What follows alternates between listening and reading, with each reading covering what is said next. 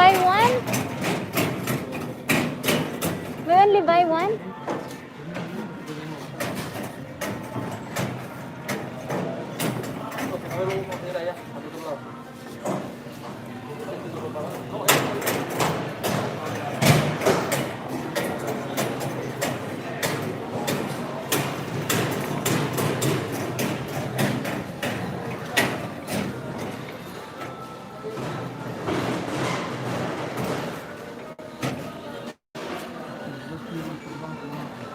Maybe we will go to garden.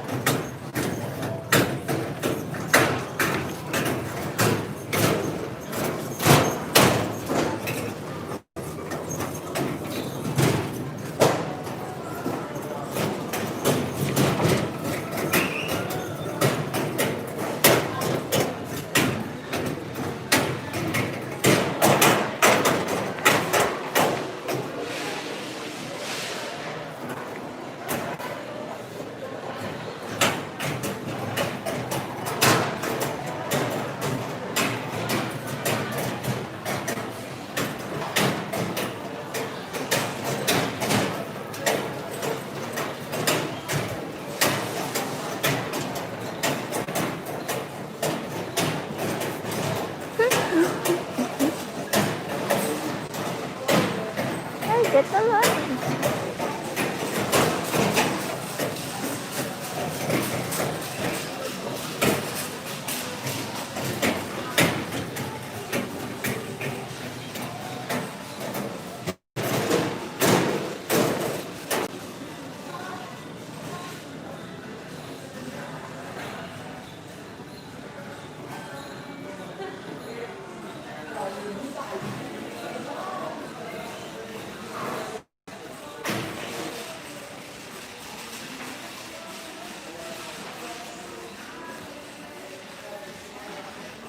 These are what they call North Fork Allen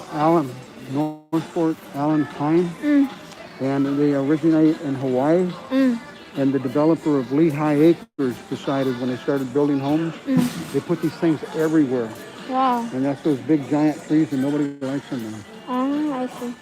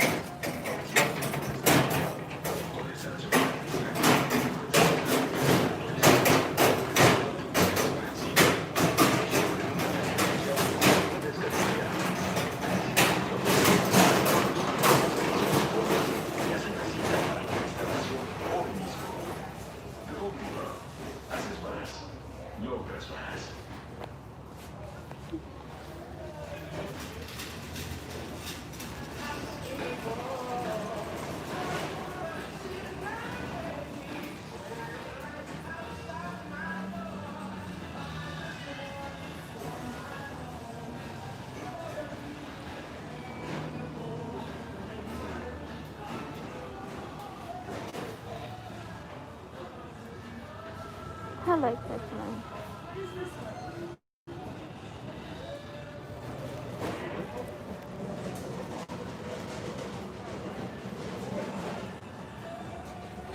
Wow, 24.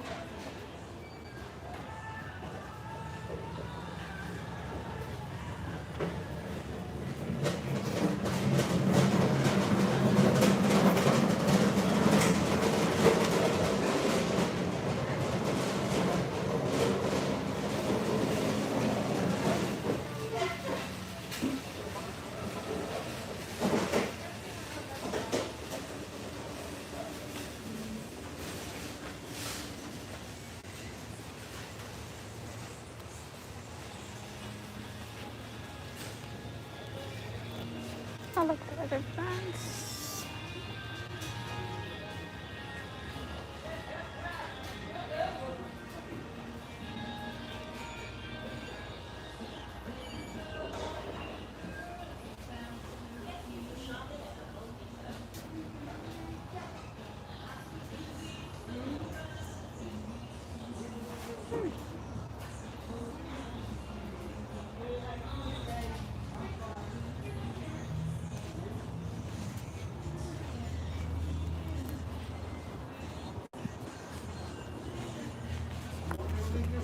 No, we will go home.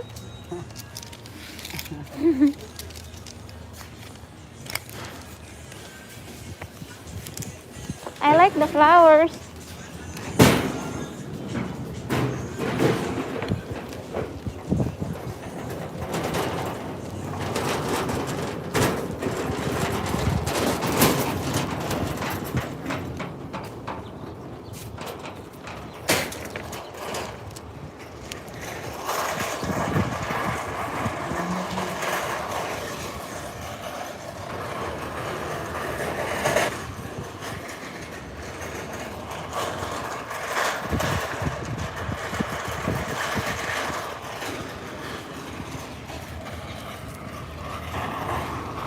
My first live streaming.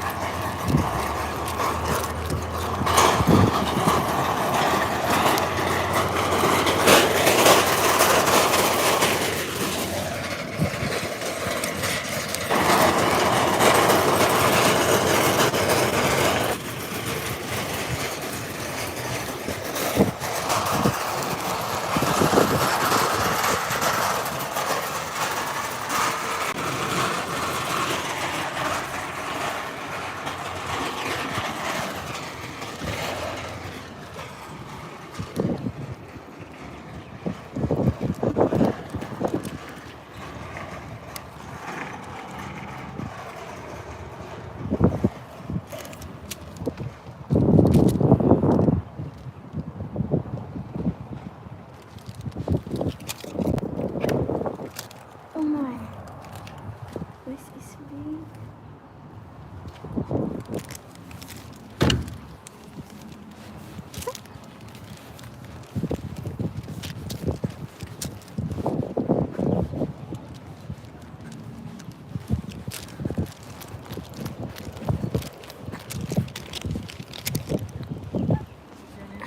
Okay.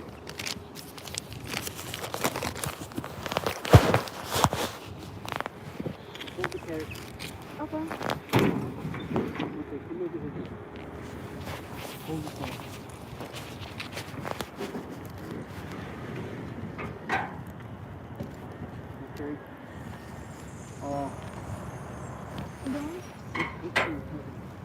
You need my help? No.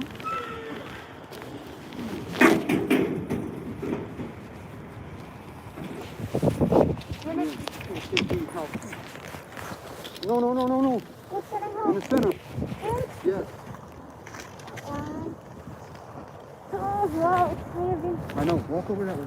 Oh.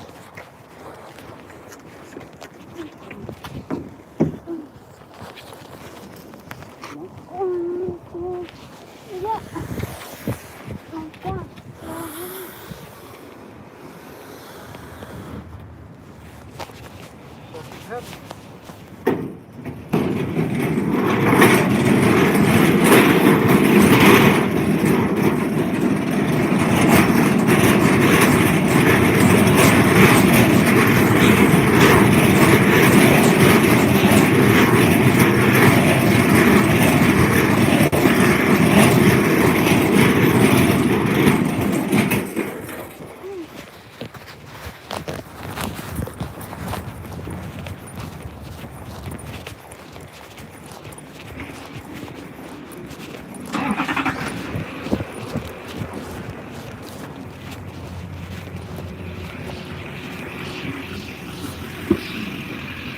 They want me to have a voice and they tell me that quite clearly.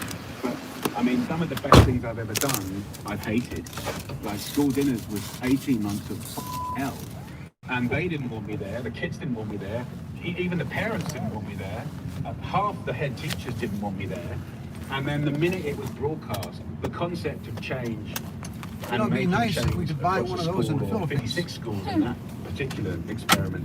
It wasn't until the moment the first newspaper reviewed the show and said it was important stories, like all of a sudden, as soon as it was printed in the paper, everyone was like, oh yeah, it's brilliant, that's brilliant, yes, yes, yes, yes. So like, all of those campaigns that I've done and giving back, as you said, it's really bumpy, but you know, there's a long list of stuff to be done.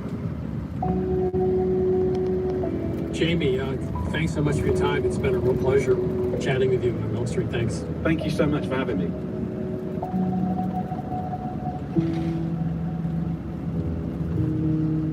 That was Jamie Oliver. His latest cookbook is 7 Ways, Easy Ideas for Every Day of the Week. It's time to chat with Lynn Clark about this week's recipe, chocolate hazelnut cream cake. We're going home? Lynn, how are you? I'm great, Chris. Okay, time for a tirade. Uh-oh. Frostings. You know, making cakes, I love making cakes, but the frosting is always a problem, right? Because it's a whipped cream frosting. It doesn't last that long. Egg white frostings don't last that long. I don't really like buttercream frostings per se. What? There's too much butter. Sorry. So that's where these things fall down. The cake's great, but the frosting, the frosting's not great. I recently interviewed a guy called Dominique Ancel. He wrote a book called Everyone Can Bake. And he came up with this notion of fillings/frostings where you use a little gelatin to set up the frosting, which is really a game changer for me because it gives you great texture and it sticks around for a while. That was the notion of rethinking the frosting and the filling. Well, this is the perfect idea for you because it's sort of mix and match. That's kind of his concept is, you know, learn a few cakes, learn a few fillings, learn a few frostings, and then you can mix and match and you've got this huge repertoire of possible cakes to make. The one that we really liked was a particular filling he actually uses to make his eclairs, the filling for his eclairs. It's a white chocolate ganache. So you make a ganache by melting white chocolate with some heavy cream. In his version, he adds a little bit of honey and mascarpone cheese, which I think is really nice here because white chocolate has a tendency to be very sweet. So it balances that really nicely. You refrigerate that, then you whip it up. And some people use that as a frosting, but it's really light and it kind of gets destroyed in between 2 layers. So he adds a little bit of gelatin to it. Now this is not going to make So it this little girl gelatinous. that's it just adds a wants little to bit be of a makeup structure, so it artist. holds up really nicely in between Oh. 2 layers of cake. And what's the cake? Is this a chocolate cake or a hazelnut cake? So in this case, it's She's still in chocolate school? cake, really Yeah. simple, just cocoa, a little bit of buttermilk.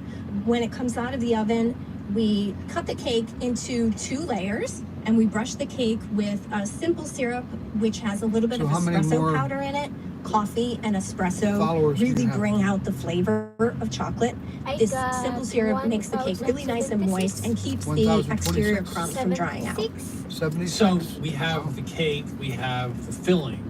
Is the frosting a version of the filling or is something totally different?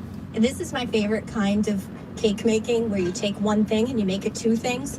So you take that white chocolate ganache, half of it becomes the frosting on top of the cake, and to the other half we add some Nutella, so that becomes the chocolate hazelnut filling for the cake. So you've got a cake layer, that chocolate hazelnut filling, another cake layer, and then that white chocolate ganache on the top. We sprinkle the top with some chopped hazelnuts. It's not only delicious, That was but a it's chore. a That beautiful winded me. cake on a table. Because it's The exposed, chocolate? you can see those No, walking layers. through the- It's just a real showstopper. So you don't have to mess around trying to get the sides of the cake frosted, which Nope. is the one thing that takes an hour and a half. My favorite kind of frosting. You end up eating half the frosting by the time you're doing it. Yes. So we need to thank Dominique Ancel, a whole new way to think about fillings and frostings. The mascarpone's really nice, the ganache, but then adding the gelatin so it holds its texture and not frosting the side of the cake, which also makes life so much easier. So much. So chocolate hazelnut cream cake, oh, this is so good. Thank you, Lynn. You're welcome, Chris. You can find this recipe and all our recipes at 177milkstreet.com. This is Mill Street Radio. Coming up, Dan Pashman and how s'mores They are have a overrated powder. and what to do about it. We'll be right back. They have a what? The popo. Oh, popo? Yeah. I don't think that's popo. It looks like the popo. No, What's that? emergency vehicle. and loneliness. If you haven't felt any of these this year, we'd like to know your secret. If you have, you're certainly not alone. People of every age and every race have been hit hard by COVID-19 and its fallout. Join us on Monday, December 21st at 8 p.m. for Under Pressure as we talk with psychologists and experts who share insight and guidance on how to deal during a pandemic. The worst coronavirus outbreaks in the U.S. have been behind bars. Just because, you have a life sentence don't mean you sentence to death. Now health officials are deciding whether inmates should be near the front of the line for a vaccine, a decision that puts science on a collision course with politics. I'm Ari Shapiro. That story this afternoon on All Things Considered from NPR News. Today at 4 on WGCU, NPR for Southwest Florida.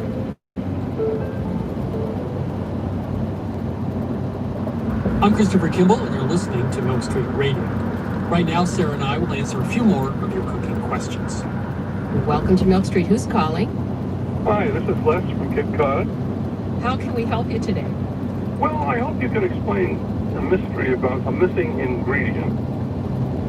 Starting back in March, things began to disappear from supermarket shelves. One of the things that I was unable to buy in our local markets was chicken livers. The problem has been solved in the last week or 10 days when they suddenly are back in our two local supermarket chains. But for the better part of, 7 or 8 months, they weren't to be found anywhere. Now, it seems to me that many, many chickens were slaughtered during this time period. I'm wondering where the livers went. Well, I think what happened, a couple of things. First of all, there was probably more of a demand. Perhaps it was that it just seemed like, oh, this is something that I can afford. The other thing is, remember, a lot of food processing plants, meat processing plants, had surges of the coronavirus and probably had to cut back on production. So perhaps we're not slaughtering as many chickens. I don't know. Chris, you got any theories? I remember March and April. It was hard to get chickens, and there was, one per customer, and you couldn't buy 3 in the supermarket wherever you went. But since April, May, there's been no problem getting chickens. No, the chickens came back quite quickly. The chickens came back after 60 days or so, but the livers didn't. So it's not a chicken supply problem. It's like, where do the livers go? Look, if you're not used to cooking chicken liver, I don't think you're going to start cooking them because of financial reasons. So I think you make a good point. The chickens came back, but without their livers, they went somewhere else. I don't know the answer to that. I think it's a great question. I don't know whether the bean counters and the supermarket chains decide that they wanted to devote the shelf space to something that had more profit in it. That is there you go. Very likely. Yeah, no, I That's think a you much just came up better with answer. the best answer. I mean, that's right. So paper towels took the place of the chicken liver slot. That's a good point. Or toilet paper, or some cheap cut of meat that people were making pot roast out of. Yeah, I think that's, I think that's exactly right. Well, you might want to go back to your supermarket, and there must be somebody in charge of the meat department, and ask them. I asked several people. And they had no idea? No, they were as mystified as I was. You know what? We're going to go figure this out. I'm going to go make some phone calls because this is really interesting. I don't know why I find this fascinating. Well, you're going to have to put it into the magazine so we all can find out. I think it's a cover story. Right? Yes, there you go. Okay. Les, excellent question. We need to get the answer. Okay. While you're at it, check out what's happened to the oven cleaner. Why? What's happened to the oven cleaner? It's gone. Disappeared. We know why, because everyone's at home. They're redoing their kitchens. They're keeping their kitchens clean. That I get. Maybe they've been roasting chicken livers and they made a mess. Who knows? Les, thanks so much. Great question. Yes, absolutely. Okay. Thank you. This is Milk Street Radio. Give us a call anytime. 855-426-9843. That's 855-426-9843. Or email us at questions@milkstreetradio.com. Welcome to Milk Street. Who's calling? This is John from Colebrook, Connecticut. Hi, John. How can we help you today? I like lean proteins. So turkey certainly fits that bill, but to me it's one of the blandest things you could possibly cook. But when I look up turkey recipes, it just seems to be the same boring thing. How I can spice up turkey a little bit? One thing to do is to spatchcock it, take out the backbone and flatten it, sit on it, and then do some interesting spices on the skin, and then you can grill it, and that's pretty yummy. Hands down, the best turkey I ever had was deep fried. My new favorite recipe is from the magazine is the chicken vindaloo. Can you do that kind of stuff with turkey? Oh, of course you can. Turkey would braise beautifully. Chris is like dying to talk now because he never roasts a whole turkey. Chris, go. Look, turkey is bland, no matter what you do. Yeah. I mean, yeah, you can use the turkey meat and do butter chicken, for example, right from a buy, or chicken vindaloo or something like that. But we were talking about 12 to 20 pounds of bird here. I would braise it, and then I would do a sauce or finish it somehow in a sauce. Yeah, I got it. Sometimes I'll buy what they call the hotel cut of the turkey, which I guess just the breast on both sides, cuts the legs and stuff off, and then I'll just roast it, and it's like, doesn't have any flavor. But I love chicken, such a similar bird. Let me make a suggestion. I talked to a guy in Minneapolis, Mung. Every dish they think of has 4 parts. It has a hot sauce, it has vegetable, it has something unctuous and fatty, it has rice. The rice is there to be sort of the foundation of the dish.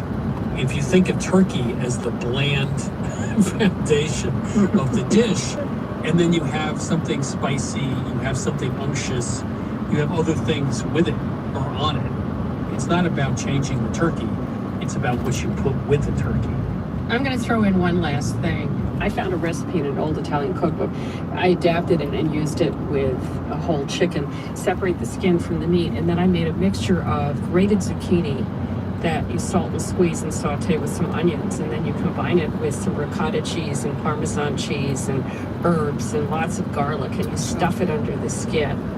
You roast the chicken, partially cover it for a fair amount of time, and then uncover it to brown in the end. And that stuffing really makes the skin brown and also acts as an insulation between the skin and the white meat. Since you talked about just cooking turkey breast, it is so delicious. Sounds wonderful. The other thing you could do is use za'atar. I bought some, but I haven't used it. Okay, there you go. Salt and za'atar. And just rub it on the spatchcock bird and roast it at like 375 or 325, whatever you want. And you get this wonderful flavor on the outside. It looks great as well. You can get the beautiful skin, and you can get a great flavor on the skin. So that's just a 2-second solution. All right, well, I'll give some of those things a try. Thanks so much. Have a wonderful holiday, and enjoyed the show so much. Thanks a lot. Thanks for calling. Thank you, John. Bye-bye. This is Mill Street Radio. Now it's time for some culinary wisdom from one of our listeners. Hi, this is Audrey Kovacs from Beverly Hills, California. And my tip is how to make your French onion soup just a little bit better. I take half the onions and I julienne them, and the other half of the onions I dice. When I do this, the diced onions melt and create great body in the soup, and the juliennes add the terrific texture, and they both add flavor. So there's my tip. I hope you enjoy it.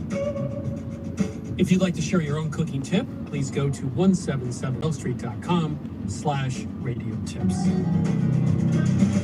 Next up, it's regular contributor Dan Pashman. Dan, how are you? I'm doing okay, Chris. Been spending a lot of time outdoors. I think like a lot of folks, trying to stay safe, take the right precautions. And so my family and I have been spending a lot of time in our backyard and our neighbor's backyard, around fire pits. And I think it's having an effect on the way people are eating. You're going back to some primitive form of cooking over fire, or hamburgers, which is both. I mean, we had our first ever weenie roast, but I also, anecdotally, I'd like to say there's been a 37% increase in s'mores consumption this winter. Oh yeah, that's in our family too. We spend Saturday nights. We do spend time around a fire, and there are lots of s'mores. Of course, in my case, with our kids, it doesn't get past the marshmallow. I don't know what you call s'mores without the chocolate and the graham cracker, but that's what we get. So, Chris, walk me through your s'mores technique.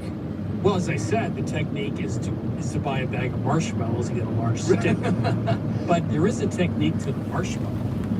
Everyone thinks you should put it near a flame, which of course is absolutely correct. You need to get embers. It's like any kind of roasting over a fire. See, this is where our divergent personalities are really clear, Chris, because I'll bet you're the kind of person who sits patiently, holds the marshmallow, many inches from the flame, and then like 45 minutes later, you have like you have a sous vide marshmallow. No, it has to be. Yes. I mean, you have the different surfaces. They have to be very dark brown. They have to bubble but not turn black. It's almost to the point where the outer casing almost can come off in a piece, right? I mean, that's the ultimate example. It is, but do you want to know the best way to get the outer casing to come off in a piece? Just burn it to exactly. Right? Light the whole thing on fire. Of course. I can get that result in 18 seconds. That's your method. I like a burnt marshmallow. I have no patience for the slow roasting technique. But I have to say, Chris, that I believe that s'mores are not that great. I think that the romance of the campfire and the happy memories we may connect to s'mores have blinded us to reality. Oh, you've just gone over the edge. Chocolate graham crackers and half-burned marshmallows. It's a lovely thing. The biggest problem with s'mores is the graham crackers. Graham crackers are a terrible sandwich base. They are brittle. So you bite into them and they shatter. I see. We're going back to what is a sandwich, right? So now you're focused on whether graham crackers actually work as a sandwich medium, which is, you have a good point. Thank you. I mean, graham crackers are also, I love a graham cracker pie crust when you add butter and sugar. But a plain old graham cracker is just the crunch of the graham cracker, but the gooiness of the marshmallow holds it together and it shatters. It also means that the chocolate... But we do disagree about s'mores. Dan says they are a deeply flawed culinary concept, and I respond by saying that s'mores is, well, not a recipe, it's an event. All parents know that s'mores are about the campfire, hunting for roasting sticks in the dark, and sticky fingers gently pulling apart a blackened and bubbly hot marshmallow. In other words, it's like everything else in life. It's how you get there that really matters. If you tune in too late or just want to listen again, you can download and subscribe to Milk Street Radio on Apple Podcasts, Spotify, or wherever you find your podcasts. To learn more about Milk Street, please go to 177milkstreet.com. There you can download each week's recipe, watch the latest season of our television show, or order our latest cookbook, Cookish. You can also find us on Facebook at Christopher Kimball's Milk Street and on Instagram and Twitter at 177 Milk Street. We'll be back next week, and thanks, as always, for listening.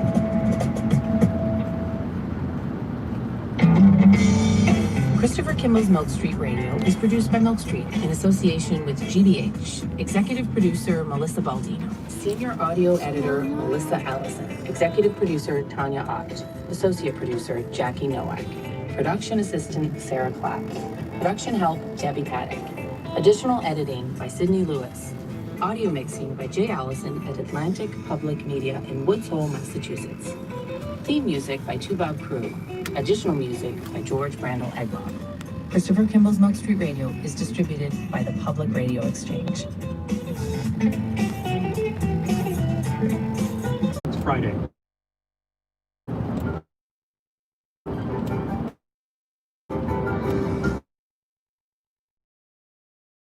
Even the best models of climate change can't really narrow down the range of temperatures and rainfall patterns we can expect.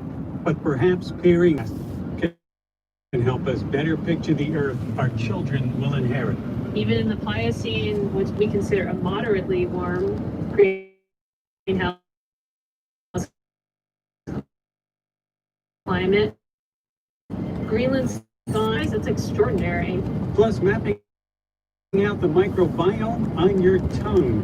The bacteria on your tongue built these little skyscrapers. They built these little microbial apartment buildings. Hey, with them.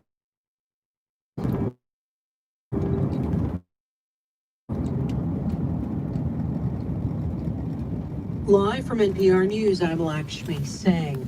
Few details are coming out of the... Today, several members of Congress reportedly, in terms of the... And it makes clear this was an enormous... The Department of Energy is the latest government department to acknowledge it was breached, though it says the nuclear arsenal it manages was not at risk.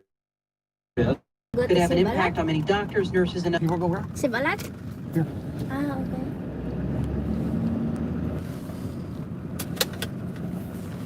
Didn't you say you would go here anyway? No. What did you say? I said we will go to Sebalat. We will go to save a lot. Was that a question or a statement? Question. His ambitious goal of getting us to net zero carbon emissions by the year 2050. And that report said it's pretty feasible if we set our minds to it. Yeah, it does. I mean, this is a report by researchers at Princeton University, as you noted. They examined the pathways to get to net zero greenhouse gas emissions in the U.S. economy by 2050. And they said that there are multiple strategies that you could use, if anything from going to 100% renewable energy to keeping fossil fuels with carbon capture and storage, and also the infrastructure that would be needed.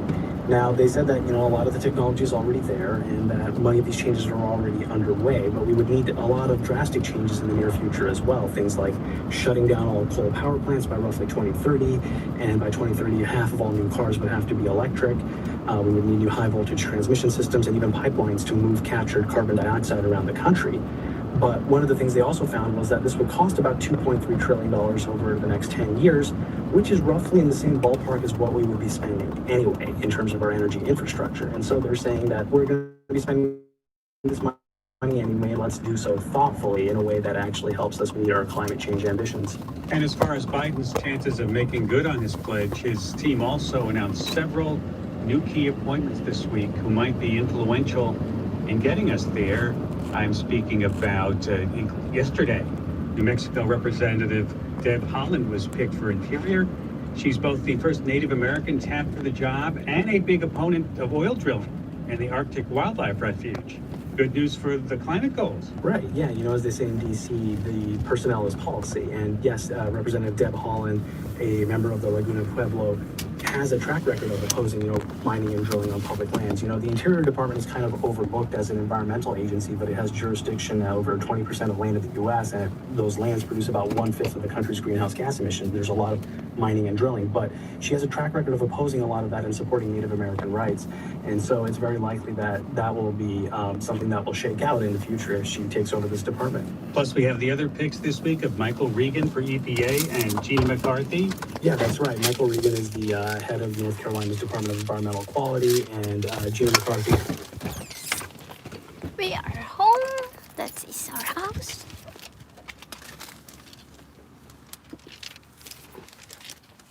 That's our neighbor. That is our mango. I will show you.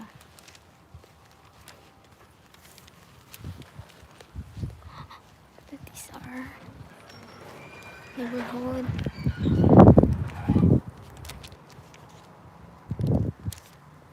Yeah, this is our neighborhood. That is our house. This is our tree.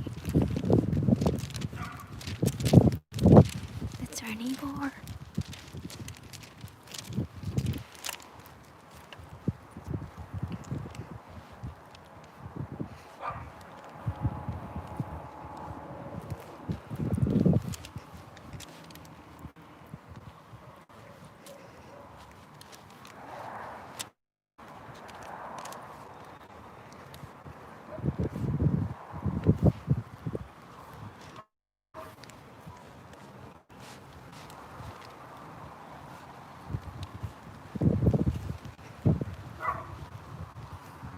We live in single family houses. That's our neighborhood. Yeah, that's our neighborhood. That's our house.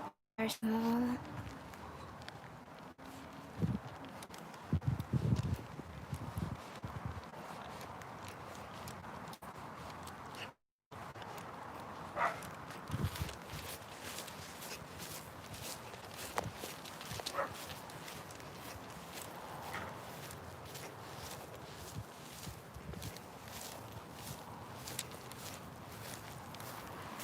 So plant, that's our noni.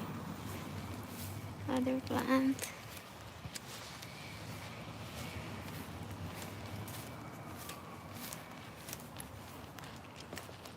This is our shop that my husband working.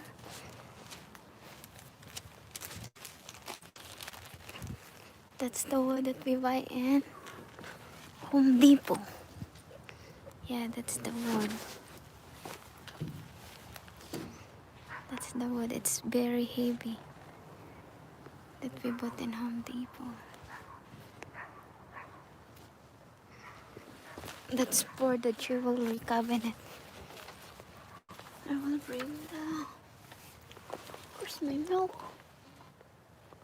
Maybe my husband... Get it.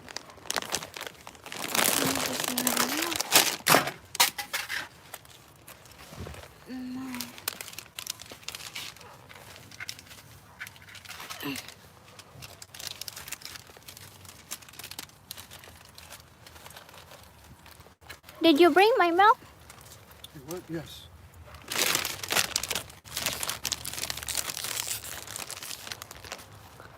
That's our other side of neighborhood.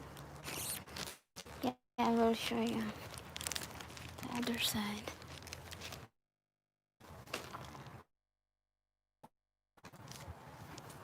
That's Roberto. That's the other side of the neighborhood.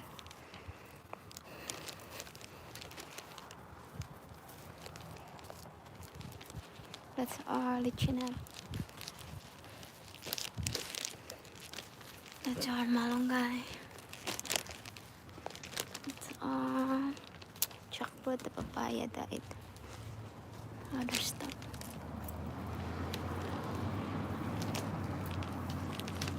That's our car. Do you have the receipt for Home Depot? Yeah. I need it.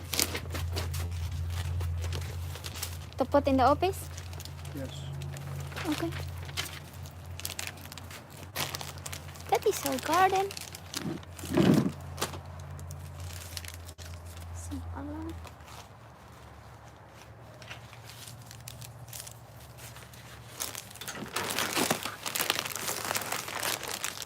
That's our garden.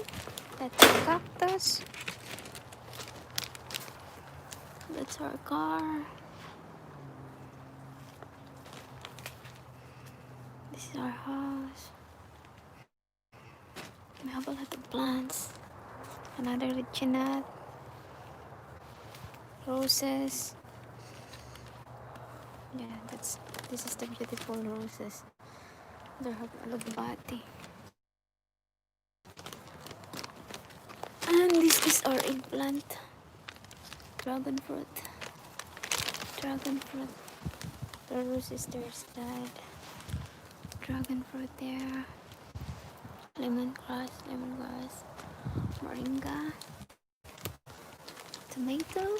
Moringa.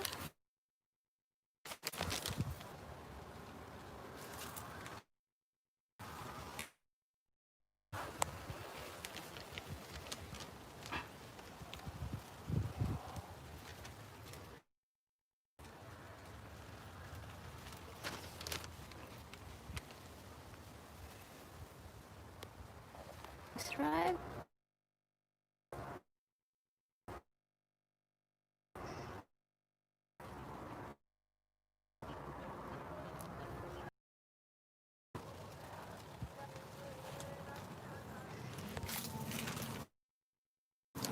Yeah, there's my Puerto Rican papaya. I think I have a tree, Puerto Rican papaya. The other papaya. I put the ladder so that I can reach the ripe papaya. They're almost ripe too. Yeah, this is our garden.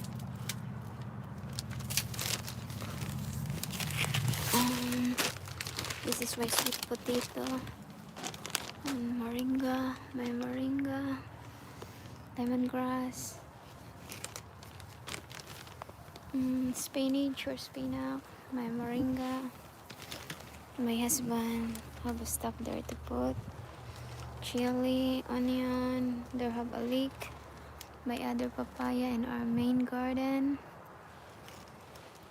Then this is I think this is a red cabbage. Then jelly, the spinach. And that is other stuff. Malugbati or spinach. My malunggay. This is the other stuff in our main garden. talong or eggplant. Yeah, the papaya is big, but it's not yet ripe. Broccoli.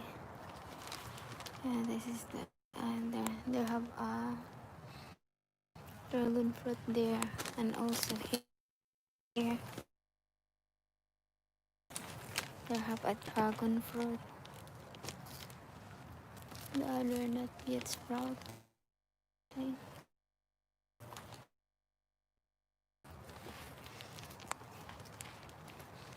We have a dragon fruit.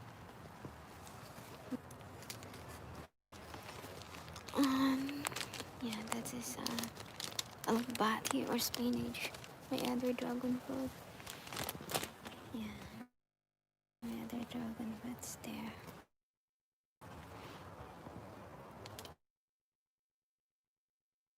We only harvest one. Oh, they have a bird. She thought that we have a lot of tomato, a lot of bird came in our main garden. This is our one broccoli, two. The tree will already harvest. The last one is there. The okra I already harvested yesterday. So that's only broccoli also. And that line, that is oregano. The other that my husband planted here, cucumber, it's not grow, they died. There's a tomato, but yet producing fruit. So this is our garden. So this is our papaya. This is our main garden.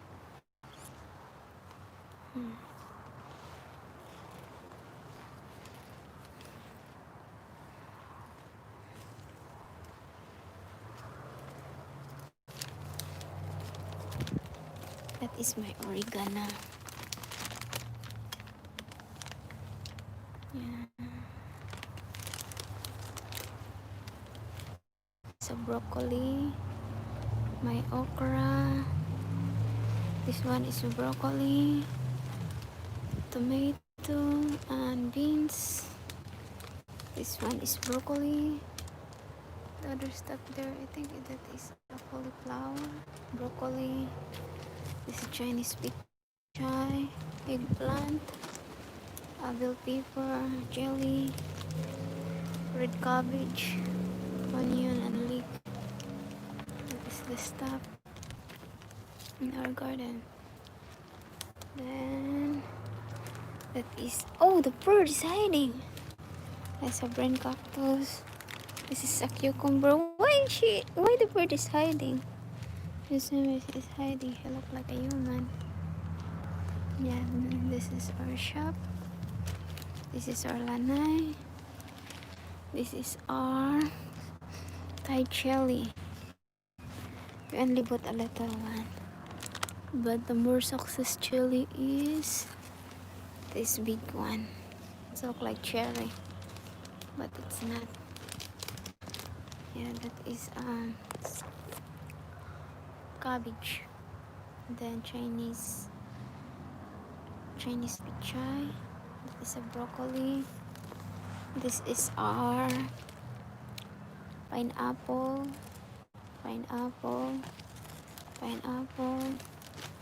This is a lettuce. That one. Then that one is cauliflower, beans. My husband planted the pineapple. And this is a salonso that my husband planted last night. Bell pepper. Then this one my husband planted. Our small cactus. We already planted. Then this is the guard of our garden. Then this is my, what do you call this one? I forgot. What did you call this one? Bromeliad. She already have a flower. Yeah, and that's our garden. Then there have other stuff here. That is our mango.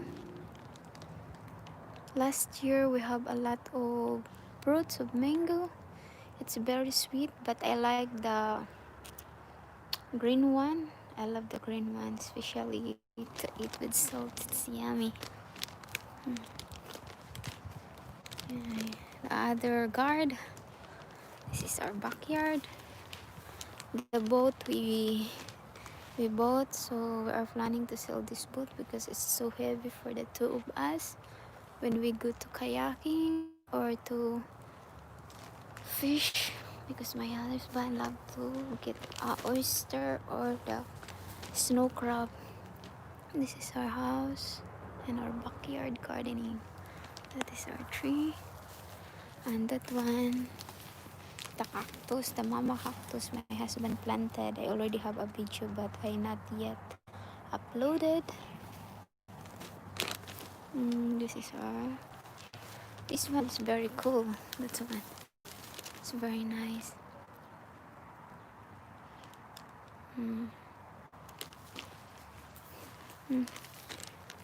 There are orchids there. This is my other spinach or alugbati, my malunggay. Spinach, my malunggay there. Yeah. This is our simple living here in Florida. We only have small houses. Yeah, they're connected. Then this Bismarck palm tree, this one my husband planted. Before we have a big one, but the red weevil already eat the trunk, so the first one died. So that's why my husband planted one. Then the second one died also. Then I plant this one. I have a video also, but I not yet uploaded. Maybe if I get the time I will upload how I plant my Bismarck palm tree in the second one. That is the third one. I think they are 80 years old. So our neighborhood is peaceful. All the people live here. They only have a few homeowners, but most of them they are renters. They are good neighbors. And that area is funny. They have a little dog that always barking and go in our yard. So this is our house and simple living here in Florida. We are only just to live in simple because that's the only thing that we can afford. Because living here in US, it's very hard compared to the Philippines. It's very hard life. Yeah.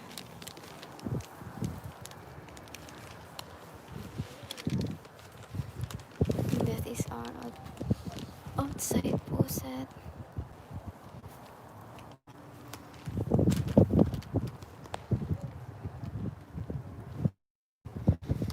Then I will show you my plants in Lanai.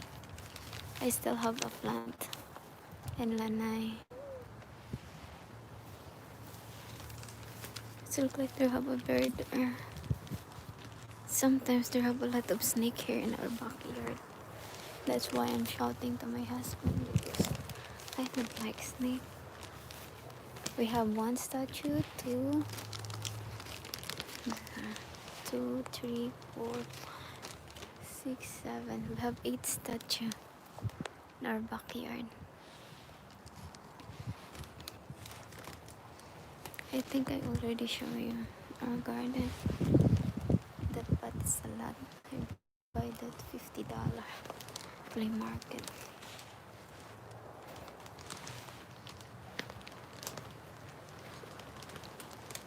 Yeah. A supreme cactus. That is our shade. Very old shade. That one is my friend gave that one, and also this one. And we still have here a plant. I don't know what my husband planted here. It looks like squash. My husband planted another tomato. Yeah, my husband planted another tomato. I think this one is lit, but it's not yet successful. This one my husband planted as Alonso. This Alonso. We love Alonso. This is a moringa. That was the one fruit we will plan to give to our friends. And this one is not like a squash, I don't know, or zucchini.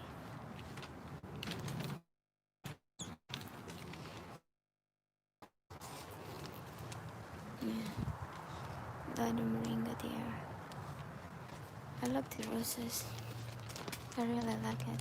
Yeah, it's beautiful, especially when the rose is open. The other roses is die.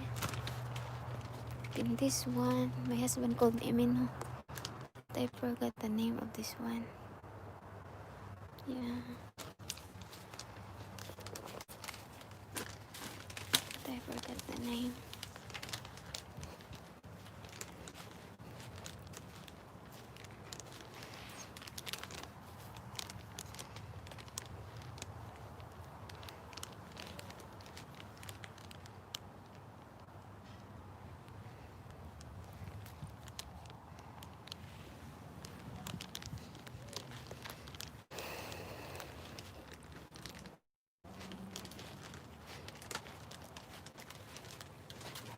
May I see the Puerto Rican papaya? This one. I will remove that one because it means life. Where's the other papaya? It's not yet ripe. This one, I don't know if this one will be alive. A lot of fruit. These are my front yard and backyard. I will show you. But I forget the name.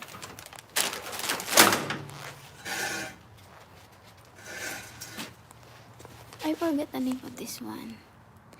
This plant I bought in Home Depot. I think the price is $15.99. This is the first plant that I bought in Home Depot. And the second one is this plant. Yeah, this is the second one that I bought in Home Depot.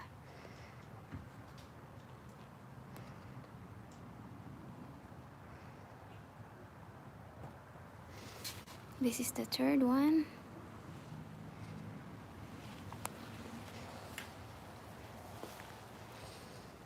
I get 3 here. I'm just waiting if they give a flower.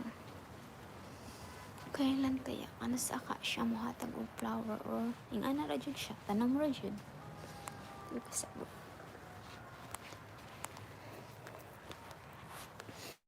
Then I have a cactus.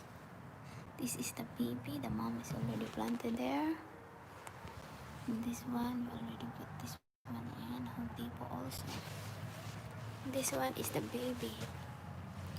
The mama I plant outside. I will show you the mama. This is the first baby, the second baby. This one is the other baby, but the mama is already died. That is our guard. It's ugly. That is our ugly guard.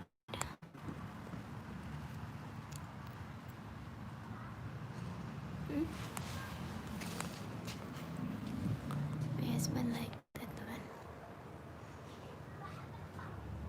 Husband loved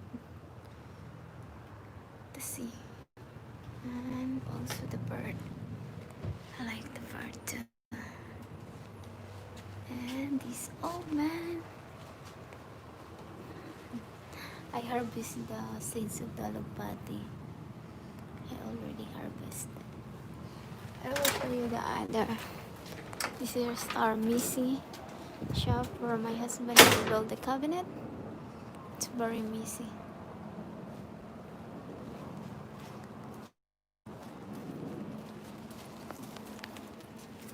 I will show you the mama.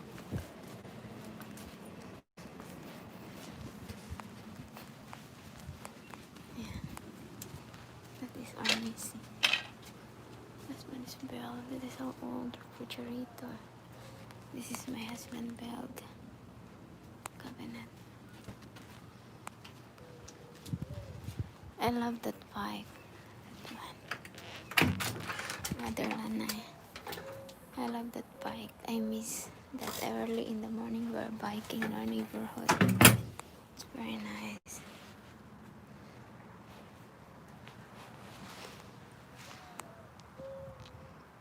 Our front yard.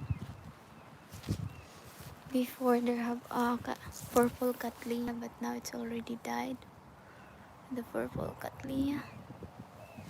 I forgot what's the name of these plants, but that is an old plant. Yeah.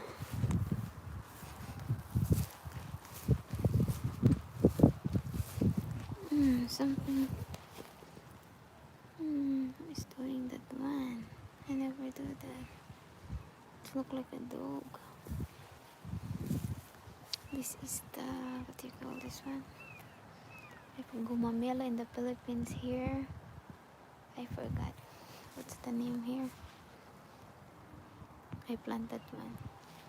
This one is already, this is the mama bromeliad. It's almost died. Here they have orchids there, and this one is very nice orchids, not yet bloom.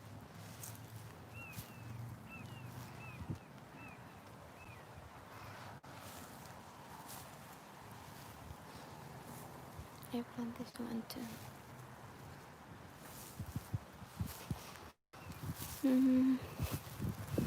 This is it. It's very cold outside, so our neighbor is already home.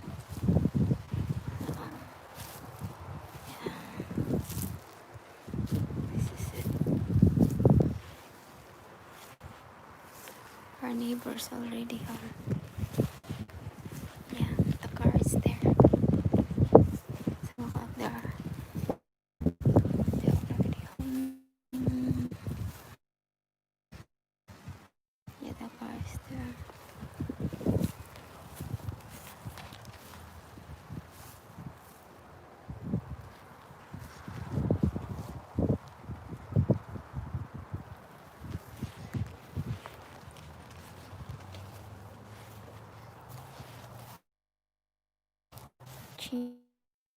On my first live streamings. Salamat sa tanan nga nagtanaw sa akong first live streaming.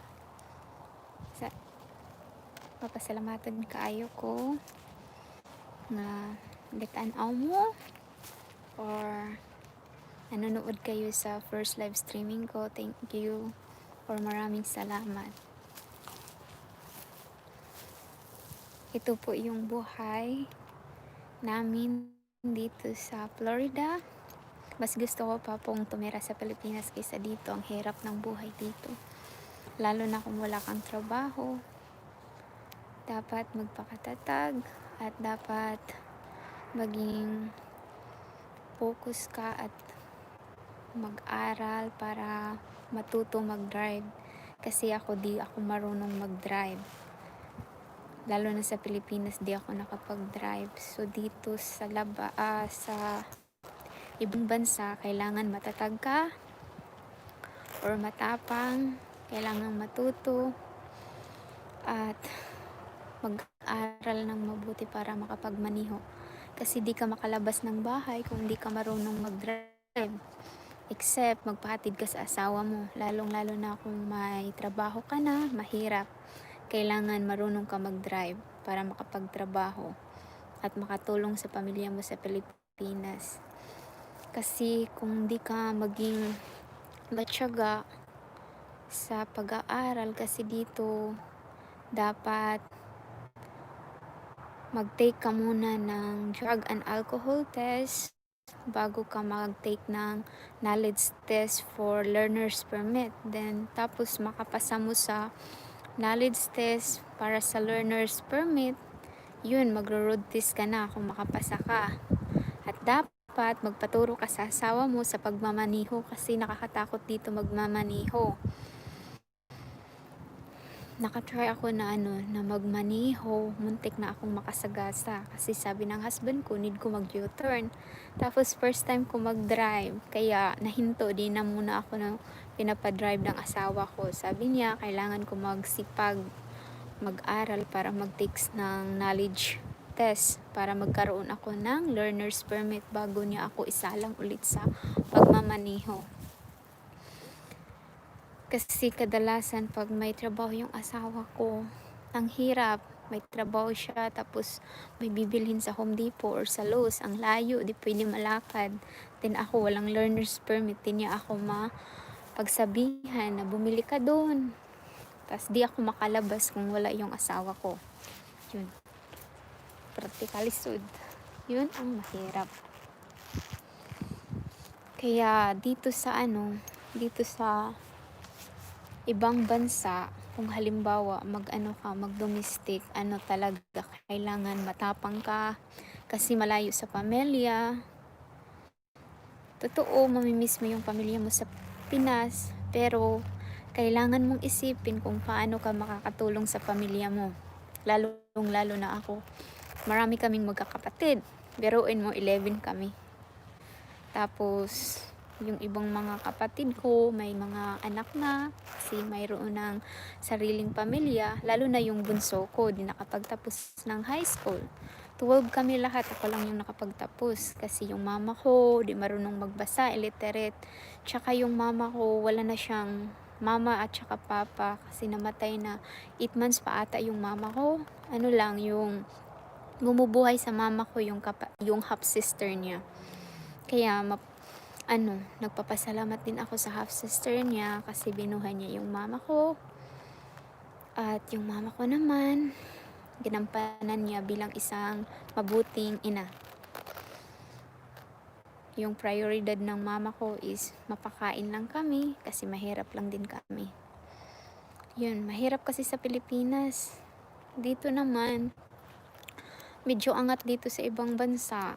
Yung problema lang, kailangan mo talagang matutong mag-drive.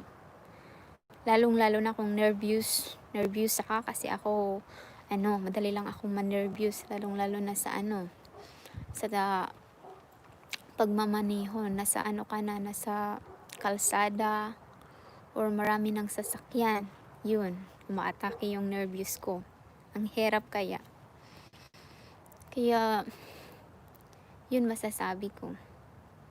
Kailangan maging matatag. Kaya nga, pagdating ko dito sa Florida, yung sinasabi ko sa asawa ko, kasi wala talagang nagbibinta dito na mga gulay sa market, tsaka ang layo. Yung lang dito, Walmart, Sibalat, Winn-Dixie. Walang pagkaing Pilipino, pupunta pa kami ng Fort Myers. Yung travel minsan, pag medyo mahina yung yung pagmamaniho, aabot ng 35 minutes, minsan 45, depende sa traffic. Kung medyo di traffic, 30 minutes, maabot mo na yung Fort Myers. Ang hirap kaya, di katulad, mag-commute ka ng tricycle or multicab or jeep, tas mura lang ang pamasahe. Dito di pwede. Bihira ka lang makakommute. Ang hirap. Tas ako, dito sa abroad, since nag-lockdown, I think nakapunta ko dito August 4, 2019. Tsaka kinasal kami August 8, 2019. So August, September, October, November, December. So 16 months. Lampas 16 months na ako dito. Magsi 17 months. Next January 4. Lapit na. So, namimiss ko talaga yung pamilya ko sa Pinas. Yung buhay, simple, kasi mahirap lang din kami. Dito, ang kagandahan, kung may trabaho ka. Yun lang, kasi malaki ang sahod. Kung iisipin, kung nasa Pinas ka. Pero, pag dito ka, medyo, kasi nasa kami, nasa Florida. Yung per hour lang dito is $8. Tapos, yung expenses mo, yung diesel, pagkain, ilan lang yun. Tapos kung full time ka naman, mas mabuti pa, may mga taxes pa dito. Tapos kung nangungupahan kayo, yung yung renta nyo yung renta nyo every month. Tapos yung pagkain nyo, maraming gastusin, yung insurance. health insurance tsaka dental. Marami talagang babayarin dito sa ibang bansa. Tsaka yung mahirap dito pag yung experience ko nga nung nagpabunot ako, I think noong November 13, ang mahal ng bayad ng pamunot ako ng ngipin, kung sa Pilipinas lang mas mura. Yun, bad experience sa dentist dito. Nagpa-cleaning, bad experience din. Di maganda yung experience ko dito. Yun po. Tapos, nagkikwento na lang ako sa first live stream ko.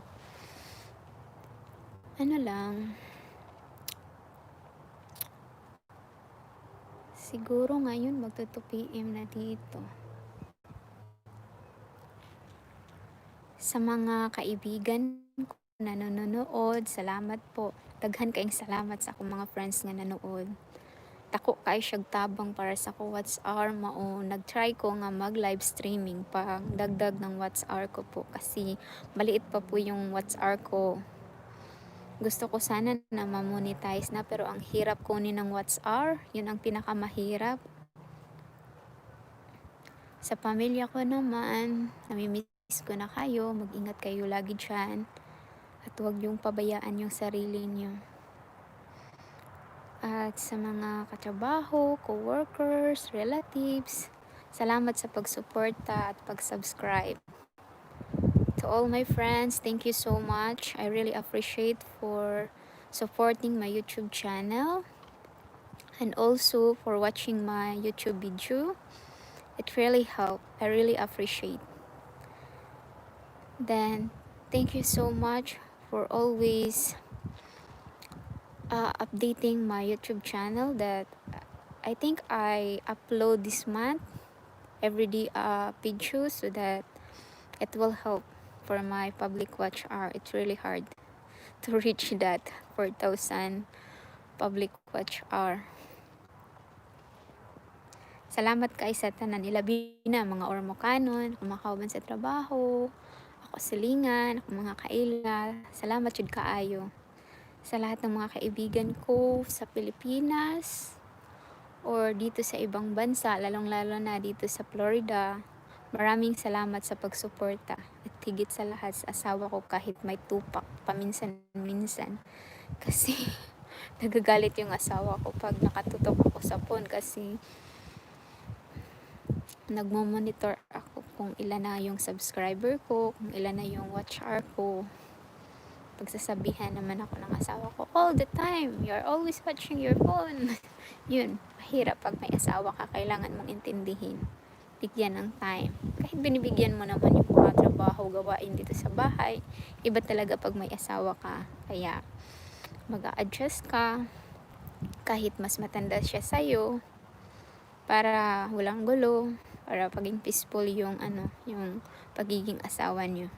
Yun lang, dapat may respeto sa isa't isa, mahal nyo ang isa't isa, mag-adjust kasi dito, since nakatira ako dito, naiintindihan ko, hirap, lalong-lalo na pag ikaw yung yung ulo ng pamilya or head of the family, yun, lahat problema mo bayarin, anong kakainin nyo, lalong-lalo na sa pandemic, yun, it's very hard life, especially the virus not yet gone, it's really hard. Then marami na akong nasasabi dito sa first live stream ko. Marami talagang salamat kasi nagugutom na ako, kakain ako. I think magto 2:30 na yata dito ng hapon. Thank you so much for watching and for supporting my YouTube channel. But you know what? I don't know. Hindi ko alam kung anong gagawin ko nito pagkatapos kong i-off or automatic ba siyang ma-upload. Yun. Napaka-inosente ko. Salamat talaga. Thank you so much. Yung wish ko sana next year ma-monetize na tayo or ma-monetize na ako. Thank you so much. Maraming salamat. Bye-bye. See you to my next live streaming. This is my first live streaming. See you to kasi may tumawag. Maraming salamat talaga sa pagsuporta at sa panonood. Di ko pa na-replyan yung mga comment nyo or mga message nyo kasi first time ko pa. Kailangan ko pang mag-study kung paano ba. To all my friends that I am not yet replying to your comments, please understand this is my first time live streaming, so I need to study because I don't have idea. Thank you so much. It's really cold outside. I need to go inside to take my lunch because I'm hungry. Thank you so much for supporting in my YouTube channel and for watching my video. I really appreciate you all. And to everyone that not yet subscribed in my YouTube channel, please don't forget to subscribe. But before you subscribe, I'm just requesting, just watch my video even 5 minutes, then just click like and hit the subscribe, and don't forget the notification bell, and just click also that you will be updated to my upcoming video, because I will upload if possible every day so that I can reach my public watch hour. Thank you so much everyone. Salamat sa lahat. Sige, bye-bye na. Nagugutom na ako. Bye-bye. Ano pa? Ba't di siya? Thank you so much. Gutom na talaga ako. Ano na?